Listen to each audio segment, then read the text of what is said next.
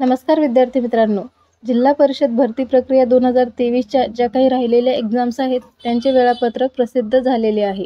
जिल्हा परिषद भरती प्रक्रिया 2023मध्ये आतापर्यंत विविध संवर्गातील परीक्षा पार पडलेल्या आहेत.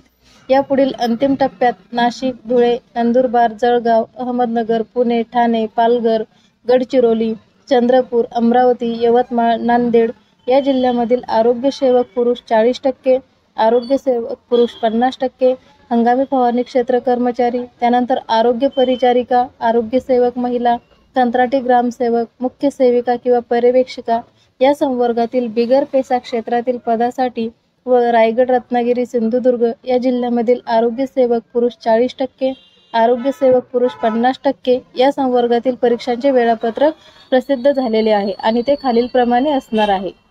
त्यामध्ये पहिलं पद आहे मुख्य सेविका. मुख्य सेविका म्हणजेच पर्यवेक्षिका यांची एक्झाम असणार आहे 18 जुलै 2024ला. त्यानंतरचं पद आहे आरोग्य परिचारिका. आरोग्य परिचारिकेची एक्झाम असणार आहे 19 जुलै 2024ला. पुढचं पद आहे आरोग्य सेवक पुरुष 40%. आरोग्य सेवक पुरुष 40% यांची एक्झाम असणार आहे 22 आणि 23 जुलै 2024ला. पुढचं पद आहे आरोग्य सेवक पुरुष 50%. यांची एक्झाम होईल 23 व 24 जुलैला. त्यानंतरचं पद आहे कंत्राटी ग्रामसेवक. कंत्राटी ग्रामसेवक यांची एक्झाम होईल 25, 29 आणि 30 जुलै 2024ला. तर अशा प्रकारे या संवर्गातील परीक्षा या होणार आहेत. त्यानंतर परीक्षा केंद्र व शिफ्टबाबत यथावकाश कळवण्यात येईल.